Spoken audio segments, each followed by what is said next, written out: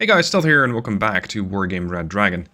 Today in this 1v1 ranked match I am playing with a deck I'm completely unfamiliar with. This is NATO Marines. I generally don't play Marine deck unless I'm operating on a naval map, because then you can use those naval slots. When you're playing on a non-naval map, I never really saw the need for playing a Marine deck. They always seemed a bit odd with limited fire support, lots of aircraft, but well, good luck making those work essentially. So I don't really have a plan for Paddyfield. I don't really have a plan, and I thought, you know what, we're gonna take this deck into ranked. I found this deck. That's a bit of an understatement. I was completely outplayed by a Lieutenant General. And I had a look at his deck, and this is what he was using. So I thought, you know what, let's just copy this, let's just take it into battle, and go beat down on some Lieutenant. And that's when I get Lieutenant Colonel Axis. Anyway, I don't have a plan, so I'm going to pretend I have a plan. And my plan is quite daring and extremely risky. I'm going to set up a defense in Boris. That's what the Gurkhas are for, they just spawned in. The links in the AH-7s, the Super Cobra, as well as the OH-6, the Recon Bird, escorted by a Mirage 3C, they are going to be going to the town in Gulf. That is quite a stretch. If it does not work, I'm going to probably be in a lot of trouble. I'm going to put some Marines with LVTP-7A1 grenade launcher vehicles in Bravo. I'm going to also try and get a reconnaissance unit up there, but I'm not going to push into Bravo. This deck has, I think, 56 units of infantry. You can find it linked down below in the description. It's not strictly an infantry grinder, because part of that infantry is SAS, which in an anti-infantry role just isn't that good. So, I have a very daring push. If it works, great. If it not, well, I'm going to be in quite a bit of trouble. Anyway, let's send out the helos, let's start dropping off the Gurkhas, and let's make sure that the Kurnus has something to go for. Opening with a Kurnus can be considered a little dirty. It is a way that you can very quickly eliminate an entire push, or snipe critical units. In my case, sniping critical units means getting rid of the enemy anti-air. Now, I do not have a seed helicopter, sorry, I do not have a seed aircraft. What I do have is a seed helicopter. And as my Mirage gets shot down, the Kurnus is able to spot, or at least I think the OH-6 is able to spot the automatic. The automatic gets attacked by the Kurnus, and as it's being turned back on, it dies. And this means all the infantry that you see, all the units that you see, are fair game. The problem is, I only have 2 units of SAS and 2 Lynx AH-7s, and that's it. So immediately my SAS get murdered. And over on the other side, I'm having a bit of a recoilless rifle push come in, but I saw that coming, so the Gurkhas are handling the situation. Now, as for the rest, the AMX-10 RCs are also in Gulf, so I'm very aggressively playing Gulf, trying to get my fire support there. And the Super Cobra, completely unafraid of further activities by enemy anti-air, are going for high-value targets in descending order. So the STR V103 is dead. There is a bit of infantry coming in. There are M41A1 DKs coming in. Sorry, M41 DKs. So there is no shortage of targets. I just need to make sure that I stay alive, that I prioritize targets, and the Super Cobra is doing a lot of work for me. These helicopters are not cheap. They do cost 100 points each. They are equipped with a couple of very fast surface, air-to-surface seat missiles. And I don't think that I've encountered them in ranked. They're, as far as my experience goes, extremely rare. But if you employ them at the right time, against, say, a Scandinavian deck that is relying on using anti-air in the form of a radar-guided automatic, then yes, they can actually be very deadly. Of course, if the enemy had brought something like a Tunguska, it would have been a completely different story. Now there's the second automatic. I think he has either 4 or 5, I'm not sure. At any rate, the Super Cobra immediately with a sidearm took out the automatic. And that means that the Panther is going to have fair play at dealing with the Stormers before dropping off the Commander Marines. Now you might have seen it when I was going through the deck in the initial phases of the video. There are almost no reconnaissance units. I got AMX 10 RCs, I got a little bit of recon infantry, and I got the OH6. That's all the recon that I get. Which means that this plays really quite different from what I'm used to playing, which is a motorized deck. Motorized decks rely on their recon tab. That's where most of their firepower is. But these guys very much do not. These guys rely very heavily on their infantry tab. And if I want to keep my infantry alive against fire support from the Scandinavians, such as these CV-90s that are coming in, I'm going to need something that can kill them. So time for another AMX 10 RC, this time the SB, to make sure that I have a bit more firepower, a bit more punch. And hoping that there's no other anti-air, the Peace Pheasant comes in and kills both of the fire support units. I also spot another automatic. I'm not particularly happy about that, but okay, so be it. That's the third automatic. I'm just going to have to keep my helos at some greater distance, otherwise it's going to be dangerous. Now, over in Bravo, I'm not doing much but defending. Potentially with way too much infantry, but considering the risk that he's pushing there, I am not at all interested in trying to skimp on my defenses there to make a push. Pushing is still not really my strong suit, even after, I don't know, a couple hundred ranked matches, a couple thousand wargame matches. I'm much more comfortable grabbing terrain early on and then holding it. This automatic really, unfortunately, survives. Because the Kernus missed with with both bombs. Sorry. The AMX 10 RC is unable to catch it, and my infantry inside the buildings in Gulf, of course, don't have the range. That is what I was trying to bring in, but yeah, I didn't quite get the opportunity to do so. Get some base defenses in, get a CV in for Charlie, because I think, for now, I have some control over the area here. And I don't believe that the enemy is going to make a push just yet. Another Super Cobra on station. The Super Cobra is trying to get the shot on the automatic. And the automatic can essentially pick. Do I go active and do I get shot at with a seed missile? And look at the speed of these things. Boom. Or do I go inactive and with that get hit by a TOW-2 missile? So one way or another it's going to get hit. And it did decide to not go inactive, so it was still trying to actively fire at my Super Cobra, which got nowhere near range. Now I had some Gurkhas over on the left. I don't actually need those. He does see them and bombs them.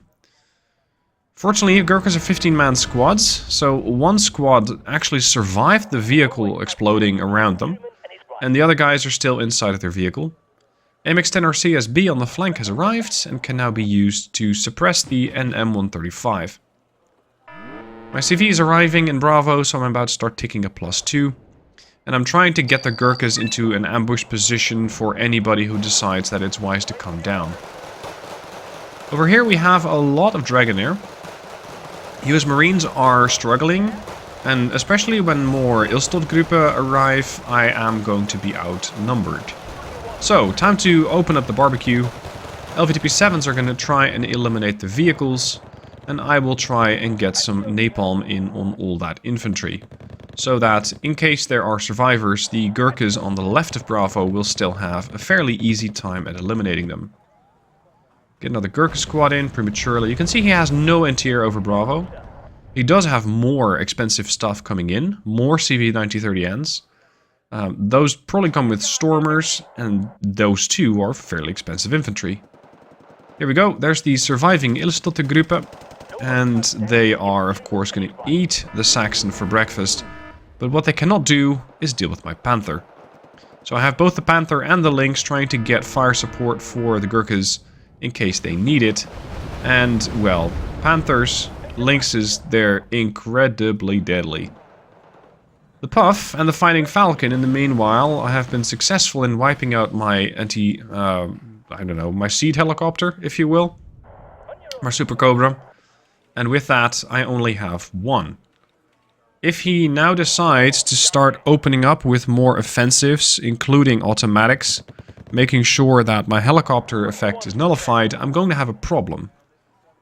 So I'm going to have to try and keep the other guy very much alive, or snipe his anti-air with other units. Say, my artillery pieces. Potentially with a Kurnus if you really want to. And maybe you have seen it, maybe you haven't, but this deck also has... That's a bit of a weird choice. It has two fighting... Sorry, no, it has two Tomcats. Maybe the guy who I copied this deck from was using one of those, or two of those, in more team-oriented games. I will probably swap out one, if not both, of the Tomcats, because in Ranked, I think a Tomcat is so situational that it doesn't really warrant having its own spot in the deck. If I still have my pick of the litter with further aircraft, then I will pick something else. Now, trying to get the Gurkhas back, the Stormers are in pursuit. Over on the right, I'm getting more Gurkhas in.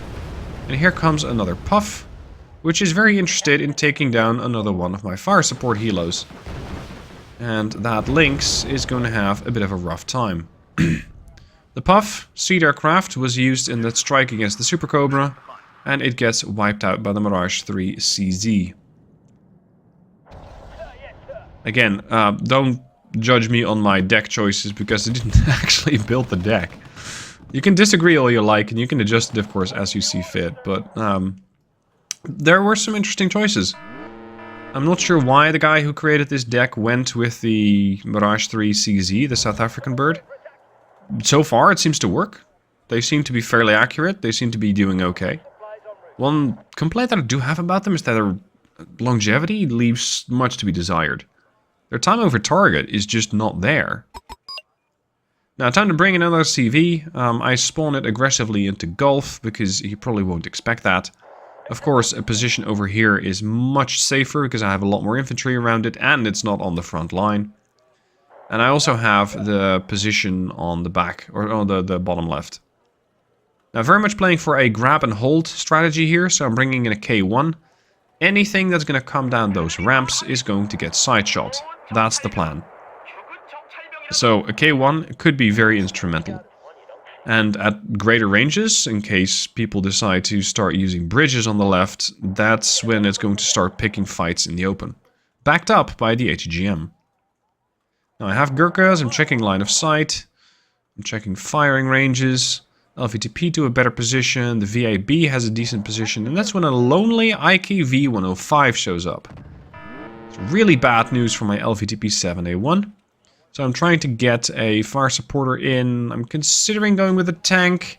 And then I go, no, I want the MX-10RC, just to make sure I also get some optics as I'm paying for that unit. Here comes the Fighting Falcon again. I think it didn't actually see what it was going for, because it was trying to drop and then didn't, so it ordered evac. I think he might have had brief optics on one of my units, but I'm not sure.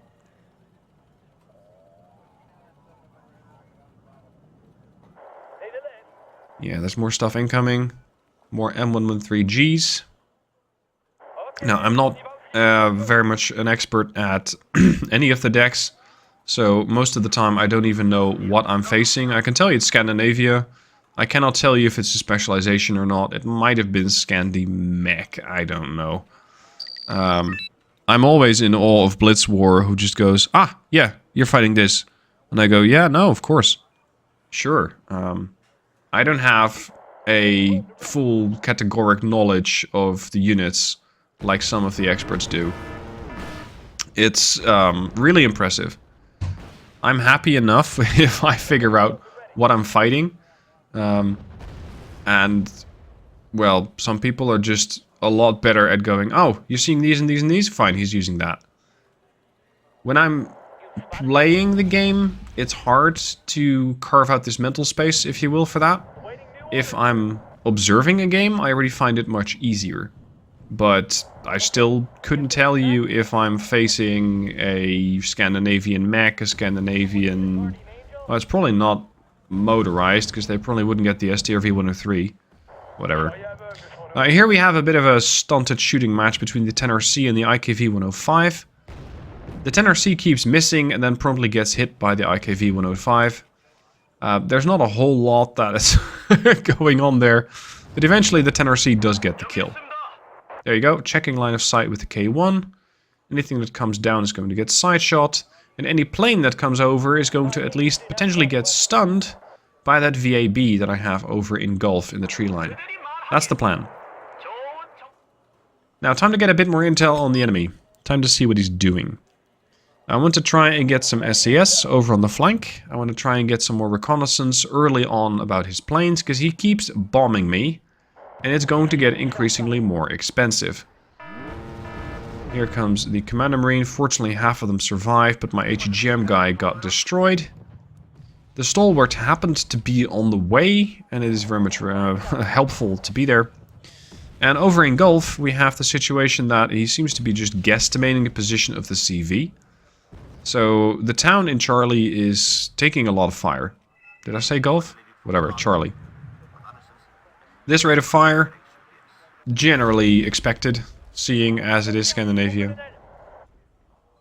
There we go, there's Commander Marines. I don't strictly need the Commander Marines there at the moment, but considering that there were a couple of troop movements into Bravo, I am suspecting that there will be more infantry coming down my way. So a couple of Commander Marines could be very useful there. Now, I don't understand why there's a Fennec TOW 2 hovering next to Gulf. I really don't get it. Because he didn't have optics, he didn't have anything to shoot at. The only thing he might have been trying to do was deal with the K1. And then completely forgot about it. It happens to me all the time that I'm calling in a unit and I'm going, oh right, it's for that. And then I get, well, my attention gets demanded somewhere else and I go, oh right, those units have arrived. Anyway, here comes the 113. That's probably the infantry that's about to arrive. And I'm going to give it a very warm welcome. And any survivors will get mopped up by the Commander Marines. Now there's another artillery piece firing. And there is another bit of infantry coming in. But what I really appreciate about this guy was he was doing one attack here, one attack there, one attack here, one attack there. So he kind of gave me a perfect opportunity to manage these things each time. Go here. Defeat this. Okay, cool. Moment of rest. Defeat the other push. Cool. Moment of rest. Recover. The AMX-10RC did exactly what it needed to do before it died, or the AMX-10SB I had over there. And with that, the infantry over on the left of Gulf is wide exposed, so the Lynx can very easily wipe them out, even if they are just Dragonair. And the Commander Marines in Gulf could have very easily handled that themselves. I also got the K1 standing by in case something else shows up, but for now it's just a bunch of Dragonair, and the Lynx has no issues. Now I had a CV going to Gulf, and I rerouted that to Foxtrot, so it's holding there. There's another CV going to Gulf, and I'm already starting to see some new units come in, IKV 105s, more fire supports, transports. Yeah, there's definitely more happening in Gulf. I think we might need to use that K1 in a minute. Over on the right, we have some activity. Not ideal, because what we have over here is a couple of scout defenders. Unfortunately, my Rhino is in a bit of cover. My CVs are going to be in a lot of trouble. There, the Rhino got detected. An LVTP-7A1 that I sent back to base for resupply and repair got just there in time to start machine gunning the guys, and two VIBs were able to take it out. But like I said, he does a push here and then he does a push there. And I think he was looking at my base as much as I was. So his infantry is exposed. The fire support is kind of there. But now I can immediately swap my focus back to what's happening in Gulf. There's another automatic. I'm not sure which number that is. It's either 4 or 5. And you can see he's once again flying in the puff to deal with my fire support helicopters. Another MX-10RC on the way to try and snipe the guys. I don't believe he has recon, so I can easily snipe the IKV-105s and deal with the Dragonair, as well as with the transports. I don't care about the M113, I only care about the IKVs, those are the dangerous ones. And the SAS over on the far left are just there as an early air detection, so that I can start to eliminate all of these Falcons which are flying about, and which happen to be bombing my troops every second, well, every second attack, essentially. There we go, the K1 getting a couple of good hits in, the 10RC getting a couple of stealth shots in, because the IKV-105 is unable to find them. And the CV just drove in right as that little push was going. So I'm quite happy that I can sandwich the IKV-105s between the 10RC and the K1. Without that, it would be a bit problematic. Now I know that with the Bacan, he's eventually going to get lucky, he's eventually going to find me, and he does. But just before he does, I'm able to spawn in a new CV.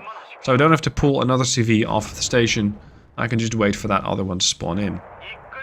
Get the K1 back to the position. Try and get a resupply truck over to the 10RC the moment that the CV has arrived in Echo, so I can start spawning stuff back in. Super Cobra on point, ready to start eliminating any kind of unit over there. And my CV over here is already taking fire. Of course, it's really quite easy to figure out where that's going to be. So, well, I'm gonna have to put it somewhere where he does not expect it, which is closer to the front line. I.e. right on the edge of Gulf, on his side. The enemy's side. Fighting Falcon comes in, lovely. There are more bombing runs coming. He saw the Super Cobra, but he's not going for the Super Cobra, he's going for an attack. That attack wipes... I'm not even sure what it wiped. It did Winchester, so he did drop on something, but I'm not even sure where that landed. Now I can see another couple of CV-9030s coming in. I still have one tank, I now want another, because he seems to be determined to go in there. My CV has arrived. I have my Rhino engaging the Bacans on the enemy's side. And if this keeps up, with my little +1 going, and him just taking loss after loss after loss, I should be fine. I was quite surprised how well this deck was working in my fairly incapable hands when it comes to dealing with this new deck. And so far, it seems to be going quite well. Misplay there with the Phantom. I should have used the Napalm bomber that was in the air to actually go after the Dragonair. But I kind of forgot about it, so I evac'd it and then I bought another one. Because the first one got damaged. A couple of CZs in the air. Maybe, finally, eventually we can take down that Seed aircraft. Because once again, he's going for the Super Cobra, and once again he actually got it. So I have no further Seed in this deck. Which, in a fight against an automatic, is not necessarily a very comfortable thought. Other not so comfortable thought is the position of my CV, as it is really awfully close to that Leopard 1A5 and O2, as well as the Stormers, but so far they haven't found it. And if I can just pretend like it's not there, if I can keep killing off the Stormers before they're able to get the kill, or before they're able to get the spot, I might just be able to hold the CV there. You can see he bombed the position where he suspected the CV would be in Gulf, which is a fair bet, because that's where most people put it. But in my case, it was not a safe spot anymore. And at that point, he surrenders, giving me a total victory. Quite unexpected. Like I said, take and hold, and just use fire support from helicopters, of all things. I'm not that trusting in helicopters, but this game certainly helped. Now, I hope you guys enjoyed the gameplay. If you did, please give it a like. If you want to use the deck, it is down below in the description. And any comments that you have on the gameplay, things that I can improve, by all means, let me know down below in the comments. Thanks for watching, hope you enjoyed, and I'll see you soon for more.